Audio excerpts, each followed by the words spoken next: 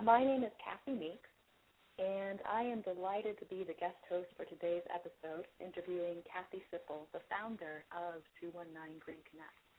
She is also the creator of My Social Media Coach and the statewide social media manager for Sustainable Indiana 2016.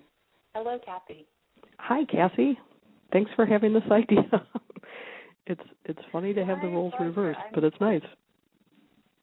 I'm delighted to do it. I am wanting to hear more about how you developed both 219 Green Connect and My Social Media Coach, because I know from speaking with you and working with you that you are both passionate about and gifted with connecting people. So I'm interested to learn more today about how you got started with all of this and some of the success stories that you've experienced and what your visions are going forward. You bet. Yeah, well, I'd be happy to tackle those, try to give you the Reader's Digest shortened version. But, 5 years ago I was a realtor and not doing anything with social media. I'll be honest with you, I was not on Facebook. I didn't even know what Facebook was 5 years ago. We had a family health emergency in my family, and it just kind of changed up everything. That was in July of 2008, and real estate had not yet slid into the tailspin that it eventually went into. But it was getting there. I kind of took the opportunity to step in and help with that family health emergency, and in doing so, I was out of the Valparaiso area where I live and located temporarily in Detroit for, off and on for about 5 months. During that time, Detroit was really going through a renaissance of its own. The auto industry has been down, for quite a while. So I found people that were networking after hours and kind of retraining, retooling, and connecting in groups to support one another using social media. There was a Detroit social media club that I had the privilege of attending, and I was there on their inaugural meeting, and I think they had 150 people in attendance. Obviously, it's a pretty large metro area, but they had such an interesting cross-section of people, and I got to kind of be a fly on the wall and learn how they were connecting. I actually grew up in the Detroit area. I went to junior high, high school, and college in southeastern Michigan, and I thought, this is crazy that I'm living here. I probably know people here, but I don't know how to connect with them. They're not on my email address, but they live here. They probably have jobs. At the time I was thinking of locating there. So I started trying my own hand at connecting on LinkedIn and was able to find all these people via, looking up what schools they went to, looking up their names, that kind of thing. You didn't have to have an email address. So all of a sudden I was able to build a network in Detroit, and at the same time I was able to connect to people who were still here in Northwest Indiana.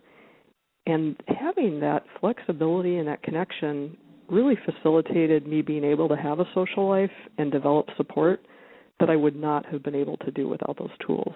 So that was really interesting. That's kind of how I awakened to the power of social media. But how I made it a business, when my sister was, well enough to move home, I thought, okay, I don't think she needs me here. I think I need to get back to Northwest Indiana, where, I have a home, I have a life, and I like it here, frankly.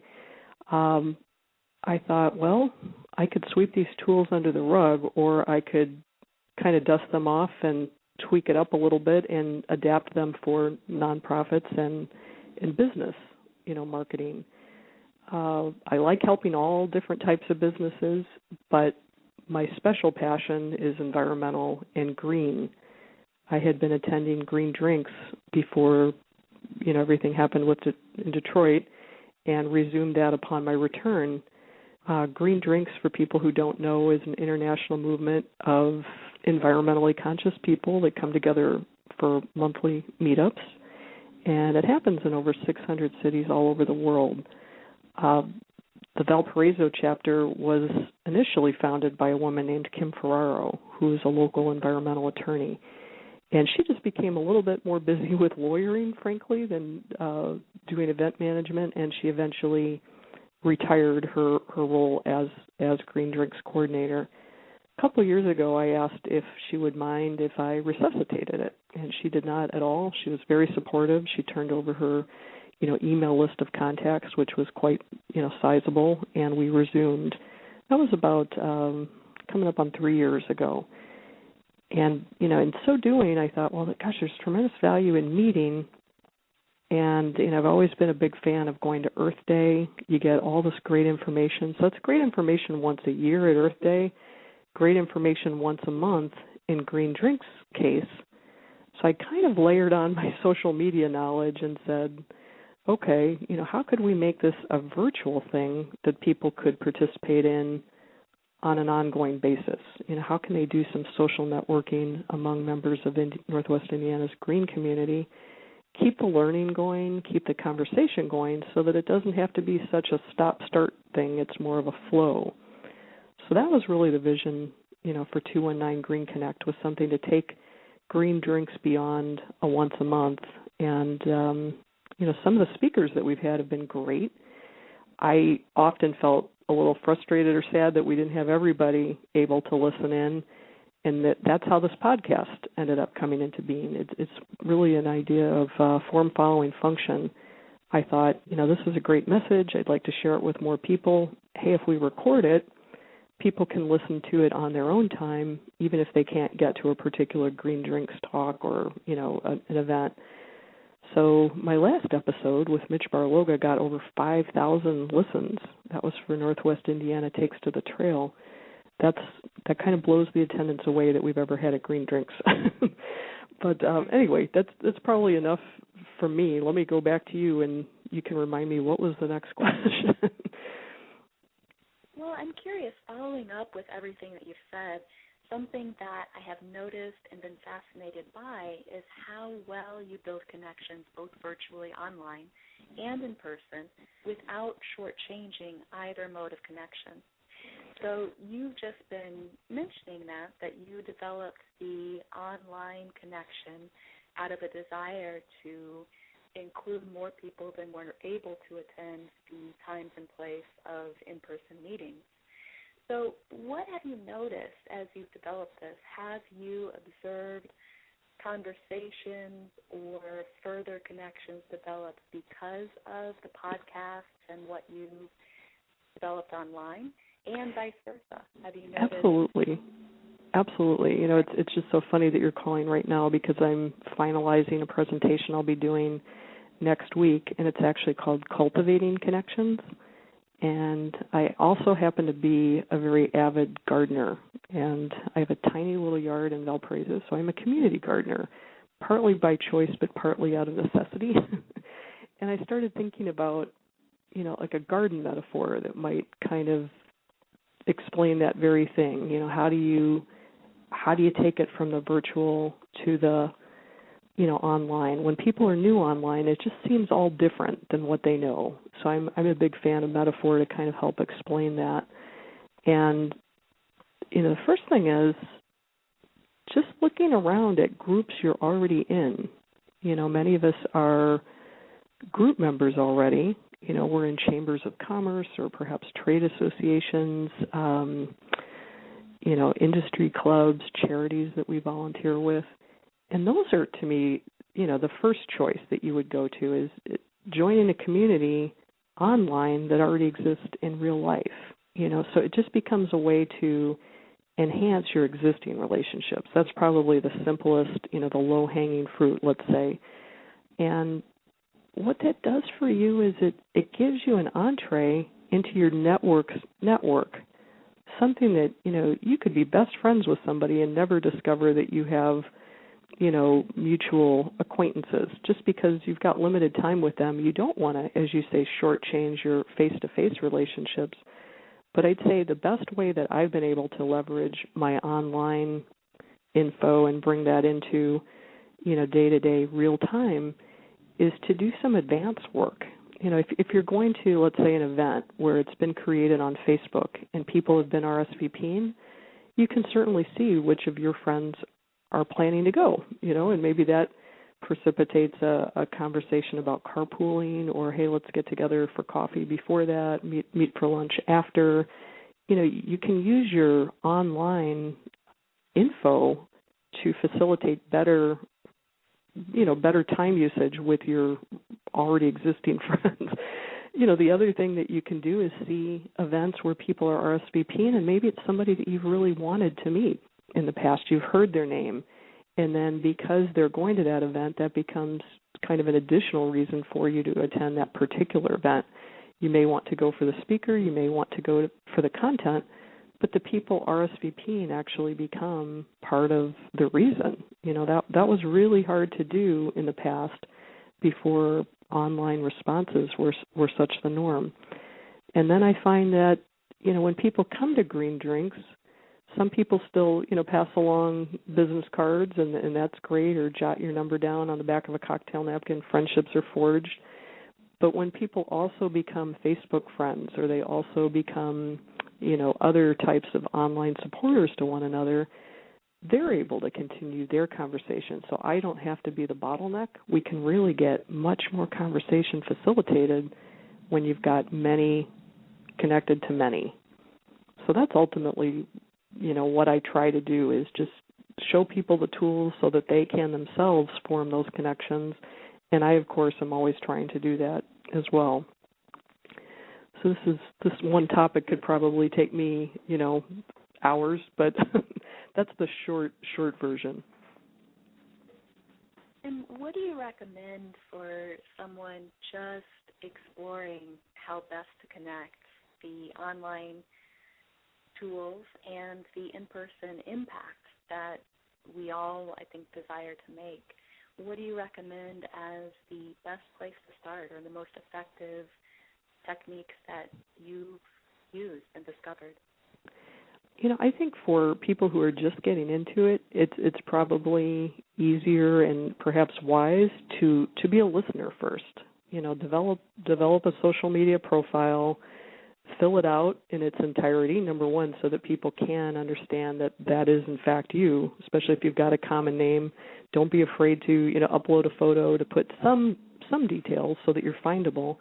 But number two, if you're a little shy getting started, listen in, get a feel for what the conversation, is. And you can start small by just liking somebody else's comment, or if you're on Twitter, retweeting is pretty easy. It's just one click.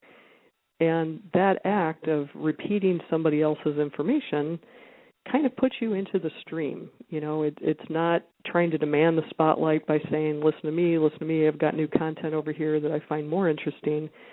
It's a way to say, hey, I'm part of the conversation. I've acknowledged what you say, which, if you think about that, it is pretty hard to get attention sometimes these days. There's a lot of information. So for somebody to feel that, hey, you've heard my message and you elevated it by, retweeting it, even if you've only got 2 followers, one's your best friend and one's your mom, it's more the intention behind that you retweeted or you repeated, you shared somebody else's information. So that's a good way to get started. And if you do that for friends, that kind of puts your friends on alert that you're interested in being in the game, as it were, and you're getting started in the social space. If you're doing it for people that you don't yet know, that's a way to not necessarily put yourself out there and ask for a LinkedIn connection or ask for them to be your Facebook friend, but just makes you become, it brings you into their awareness, let's put it that way. But from a technical standpoint, how do you get started? I would say, hunting and pecking is probably one easy way. You can just look up your friends' names, one at a time on pretty much any social network, and that will let you find out where your friends are active. If you're a bit more technically savvy, you can usually export names out of, an email address book or anywhere that you might have a database collected, import those names into the social media site of your choosing, and that site will kind of scrub their database to find out if your friends are already on that site. So that's a big time saver. I feel like that's maybe a little technical for where we want to go, in this conversation. If we want to go back to just organic, normal networking for normal people, I encourage people to start asking when they're at events, hey, are you on LinkedIn? Would you be open to accepting a connection from me? There's somebody I'd like to introduce you to. It would be easier to connect. So LinkedIn is a great place to do that for professional networking. Facebook is a little, friendlier. It's more like a backyard barbecue. Twitter is a great place to just set up a listening post and to stay on top of a really, really wide, range of topics. Sites like 219 Green Connect, they're obviously, as the name implies, it's for the 219 area code, more or less. I do cover some Chicago events and some Southwest Michigan events and even some statewide events periodically. But, I'm there to serve that community. And Green isn't probably the most technical word that I could have used, but I think it's understood. And what I mean by green is just anybody interested in the environment. That could be natural health. That could be green builders. That could be green innovators. Those could be people who work for environmental nonprofits, people concerned about local food and food safety. Could be a yoga studio owner, such as yourself. Really anything that reflects an awareness and a sensitivity about the environment and natural health. So I'm building that community to make it especially easy for people in that space to connect both online and offline. And I think they're just both so important. Having a permeable membrane that allows you to go back and forth, not sacrificing real-time interaction for a strictly online experience, and vice versa. There's only one of you. So having an online presence where you can have information consumed in something other than real time really allows you to build some leverage and to build a network that had never before been possible. Mm-hmm. I so much appreciate, too, Kathy, with both the online and in-person connection. One of the wonderful gifts I've noticed you have is your gift for finding analogies that really effectively communicate. And one that I heard you use just now was helping people get in the stream of social media and online presence. And I've noticed that you're very effective at having all these connections build in very natural ways and very respectful, and to me, I see this as very much connecting your interests of people connections and care for the environment, and just looking for all these very natural ways of being, of living, of communicating, of taking care of our natural resources. So is this something that you were always aware of and interested in, both in terms of the environment and networking people, or how did this develop for you? That's a great question, too. You're asking really good questions, and this was not rehearsed, everyone. There were two core interests that kind of developed without that much interaction, but they were both developing, as pillars of what I'm about, kind of separately. As a kid, I got that Ranger Rick magazine put out by the National Wildlife Federation, and I just got really, really interested in, recycling and what did the air pollution or the water pollution effect have on critters. Gosh, I'm going to show my age here, but I think I was maybe in first grade when the EPA was brought into existence.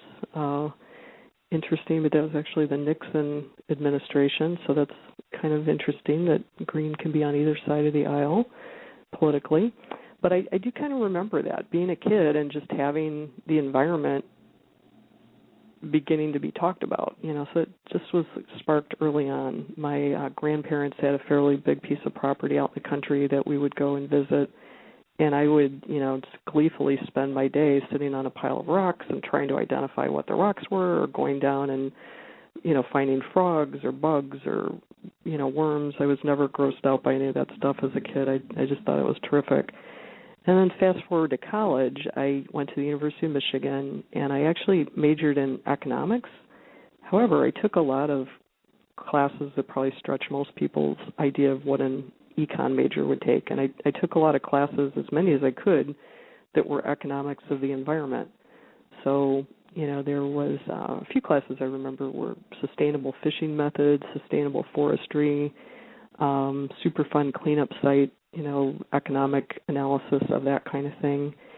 And, I didn't really do anything with it. It kind of sat on pause, and I was, continued to be interested in gardening, continued to recycle and some basic stuff like that. And then in my career, even with an economics degree, I didn't do much with that. I went almost immediately into graphic design, marketing, and event management. I guess with a liberal arts degree, you don't always get into exactly what you have your major in. But it was a great career path. I didn't know where all these things were going, but they really did build one on another and brought me to where I am today. My very first job out of college was being an event management coordinator. We did, a couple hundred events all over the country. So that helped me with logistics and planning, just making friends kind of quickly, organizing the information. I also moved, I think, 3 different times as a kid. So just being the new kid in town and having to get started up and building a network, not being able to rely on, the people that you grew up to next door to since you were born, or having your whole biological family around you, you had to go and create your own network. So I was used to that.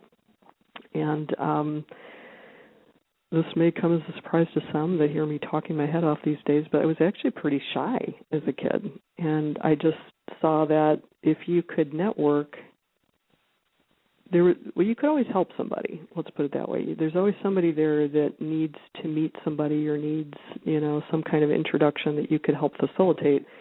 And so when I went about it from an intention of helping other people connect, rather than, me trying to be so great and be the center of attention, it just unleashed a whole different, energy about it. If I could be a helper, that was completely different. And that was like the magic switch that inspired me. It was just to go around and look at how to connect to other people, and that became my mission. So now I use my powers of social networking and ability to, connect with people online to really try to connect others. Shortly after I began my business, my social media coach, I had the privilege of getting to work with Eastwind Acupuncture for an extended time. They hired me to help them with some of their marketing. And, it was a great client. I really admire their work and what they were doing. And they're quite effective marketers at what they do in many, many ways. But one thing they hired me to do specifically was to help generate interest in National Acupuncture Day, which I believe is in October. It's either September or October.